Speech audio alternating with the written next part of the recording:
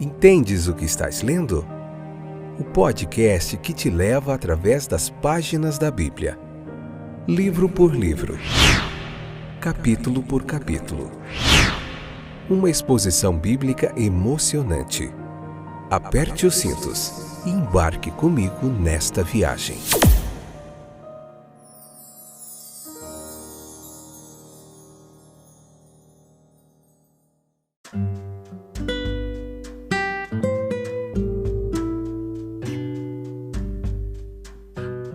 Este é o melhor podcast de estudo bíblico disponível aí nos streamers de podcast na internet.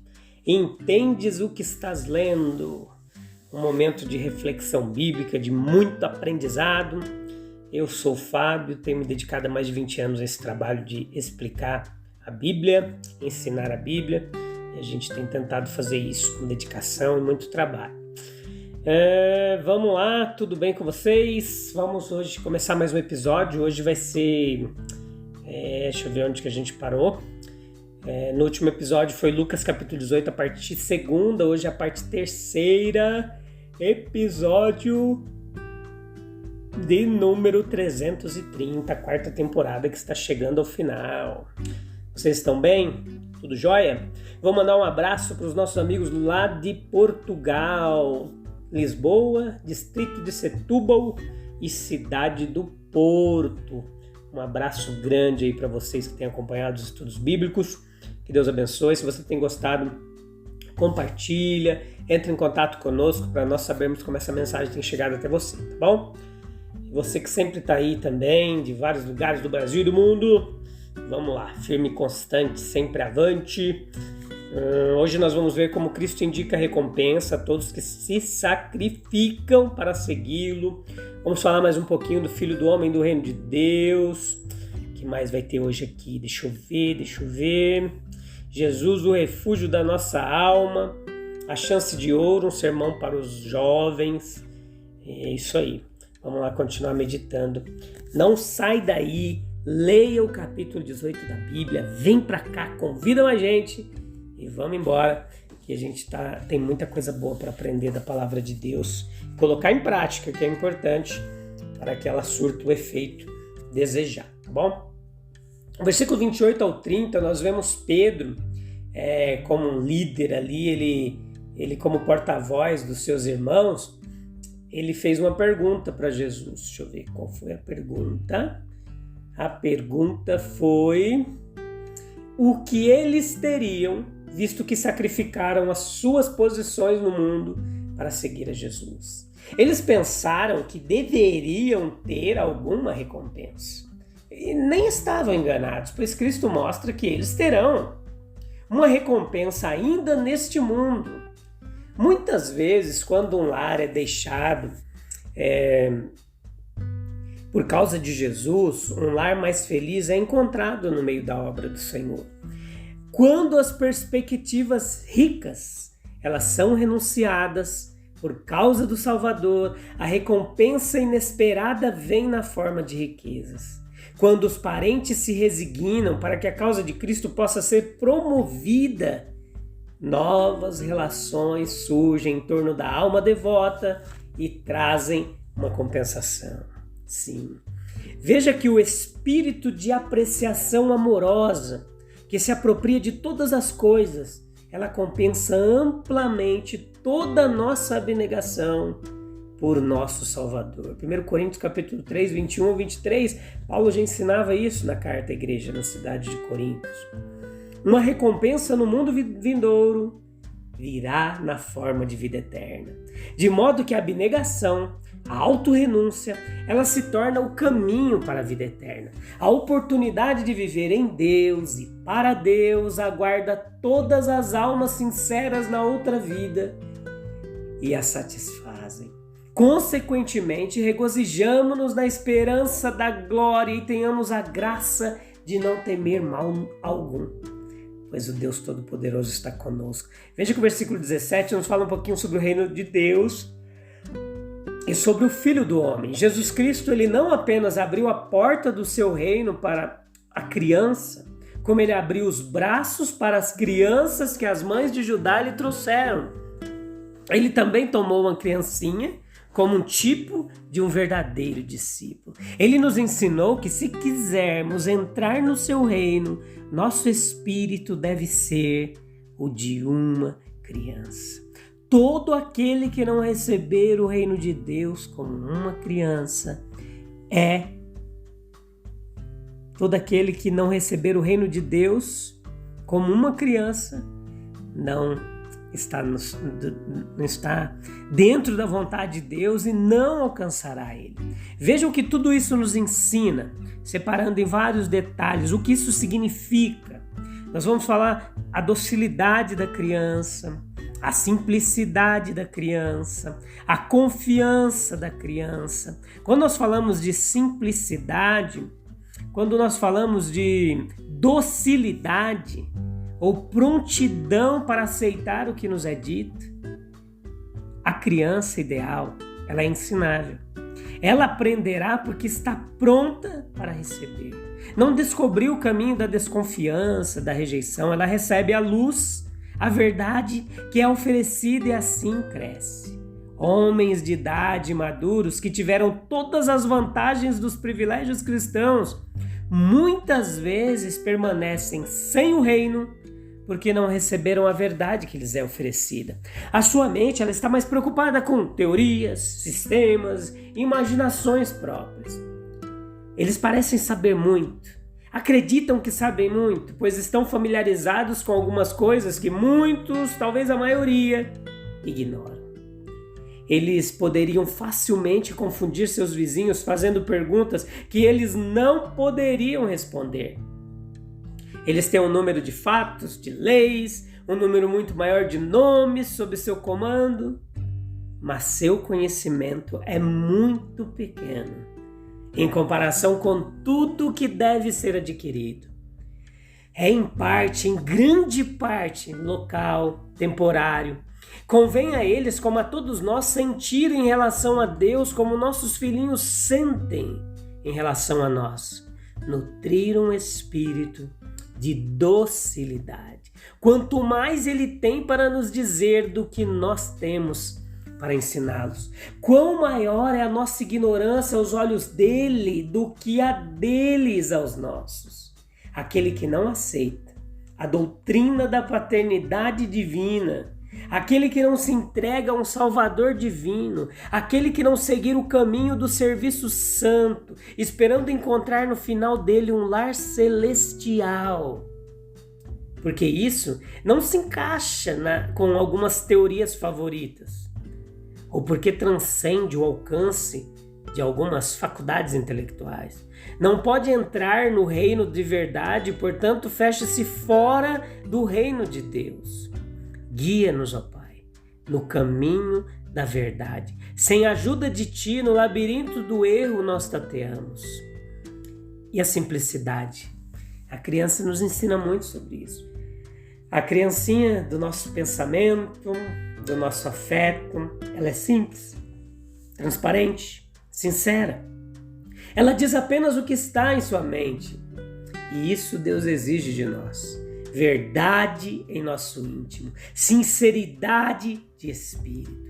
Não favorece nossa causa com ele afetar uma piedade que não seja genuína, simular uma espiritualidade da qual nosso coração nada sabe a respeito, usar a linguagem da humildade enquanto o orgulho está reinando dentro de nós. Ele prefere que lhe digamos exatamente o que sentimos, exatamente o que somos, do que adotar as confissões ou petições mais apropriadas. Devemos ser como os filhos do nosso lar. Devemos querer dizer o que dizemos quando nos aproximamos dele, sem máscaras. Confiança. O cristianismo é uma religião que se centra numa pessoa, num ser divino. Aquele que crê em mim, que permanece em mim. Essa é a nota predominante. Confiar em Jesus Cristo como mestre, salvador, soberano da alma humana, é o caminho da vida. Aquele que tem isso está dentro do reino de Deus. Onde nós devemos aprender a confiar? Não é com a criancinha? Assim como a criança foge para se refugiar nos braços de seus pais, ela confia a si mesma e tudo o que tem ou espera à sabedoria e ao amor de seus pais. Assim, a alma humana é convidada a comprometer-se e todos os seus interesses eternos com o Todo-Poderoso Salvador, para dizer com implícita confiança e auto-entrega: Jesus, Tu és o refúgio da minha alma. Deixa-me voar para a Tua presença. No capítulo 18, versículo 18 a 22, nós vemos a chance de ouro, um sermão que para os jovens muitas características se combinam para tornar esse incidente de interesse peculiar. Temos como ator principal aqui da cena um jovem. Mateus nos diz isso, Mateus 19, 22, mas acrescenta grande interesse à ocorrência. A juventude é muitas vezes inocente, ingênua, franca, confiante, esperançosa, amorosa. Além disso, há algum mistério nisso. Sabemos o que o velho foi, sabemos como será o homem de meia idade, mas da juventude não podemos dizer. Ela pode realizar grandes coisas, está coberto com as belas flores da promessa. O jovem da história aqui, ele era rico e influente, e isso pode não torná-lo mais interessante para Cristo, mas o faz para nós. O jovem herdeiro rico pode não ter mais valor intrínseco do que o mendigo à beira do caminho, mas porque ele é o herdeiro da fortuna, nós nos preocupamos com ele. Acompanhamos sua carreira, ficamos especialmente felizes se ele seguir um curso sábio e especialmente tristes se ele se desviar. Era um jovem com algumas das mais nobres qualidades da juventude. A história nos diz isso, nós notamos a sua reverência. A juventude deve ser reverente. A ignorância e a inexperiência devem prestar ao conhecimento e à sabedoria a consideração que lhe é devida. Nós gostamos desse jovem porque ele viu naquele mestre sem teto uma sabedoria superior à sua, e veio e se prostrou diante dele em homenagem. Notamos o seu ardor, ele veio correndo, literalmente, como o Marcos escreveu lá em Marcos 10:17, para conhecer e aprender de Cristo. A juventude deve ser, como na pessoa desse inquiridor foi, ávida, ardente, entusiasmada, otimista, cheia de coisas boas. Nós percebemos a sua religiosidade. O céu está sobre nós em nossa infância. A juventude é a época em que as visões celestiais são mais e melhor vistas. Quando as reivindicações divinas, as realidades espirituais são mais fortes e claras para a alma. Então, vida eterna tem um significado mais profundo. Assim foi com ele. Para ele a vida tinha algo maior e melhor do que todas suas terras e casas. Outras vozes mais altas que a dos devedores e administradores chegaram aos seus ouvidos. Ele teve uma visão de um serviço sagrado, no qual ele poderia estar envolvido, de uma vida divina que ele poderia estar vivendo e correndo em sua ânsia, e ajoelhando-se em reverência, ele olhou para a face de Cristo e disse: Bom mestre, o que farei eu para ter a vida eterna? Um jovem na presença de Cristo, despertando seu interesse especial, um jovem com sua vida diante de si, uma alma ainda não manchada pelo mal que há no mundo, de pé, na própria presença daquele que sabia o que a vida humana poderia incluir e o que a alma humana valia, que poderia lhe dizer como ampliar um e como enobrecer o outro. E quem teve um interesse eterno e amoroso nesse espírito sincero, o que poderíamos ter mais profundamente interessante do que isso? Jesus Cristo revelando-lhe o verdadeiro estado do seu coração. O tratamento de Nosso Senhor aos inquiridores diferia muito, foi sem dúvida determinado pelo estado de seu coração, como só ele sabia. Ele respondeu a esse jovem como fez, porque desejava que ele soubesse onde ele realmente estava. Ele desejava mostrar-lhe que para estar preparado para se apegar à vida eterna, não era apenas necessário ter a sinceridade e a seriedade que ele tinha, mas a seriedade que o deixasse pronto para desistir de tudo, seguir ao Senhor de sua vida. E isso ele não tinha. Então, depois de levá-lo até o ponto, ele disse: venda tudo que você tem.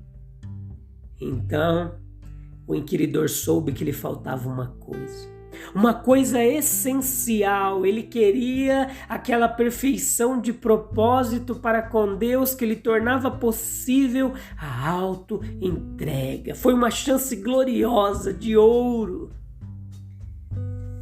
Então, usada ou perdida quando essa entrevista foi realizada. Deve ter sido a crise de sua vida, da qual tudo dependia para o futuro. Semelhante em sua natureza, embora não semelhante em suas circunstâncias, é a oportunidade oferecida a cada um de nós. Toda a vida de privilégio cristão é a chance de ouro de nossa existência. Agora é a hora aceita, o período em que tudo está aberto para nós. Quando um futuro nobre e imortal se estende diante de nós e está ao nosso alcance, meus queridos. Para finalizarmos, a juventude é a chance de ouro da vida. É nos dias que agora estão passando, quando o coração está aquecido, a mente aberta, a consciência sensível e a vida desembaraçada, que Cristo deve ser abordado e sua amizade duradoura conquistada. O dia da visitação divina é a chance de ouro da juventude, aquele dia em que a verdade e a graça de Jesus Cristo são sentidas com mais força e uma voz do céu é ouvida dizendo sobre o caminho da vida: este é o caminho, andai nele. Que joia, né? Nós vamos aprender com essa historinha. Um jovem que não conseguiu entregar tudo, foi triste, só entregou uma parte, igual nós fazemos muitas vezes, né? Deixamos um cantinho escondidinho lá, onde guardamos um monte de tranqueira, um quartinho nos fundos. Mas precisamos se entregar completamente, inteiramente, integralmente nas mãos de Deus. E para isso, preciso confiar. Tá bom? A gente se encontra no próximo episódio, onde nós vamos concluir o capítulo 18. Te encontro lá. Um abraço. Até breve. Tchau, tchau. Deus abençoe.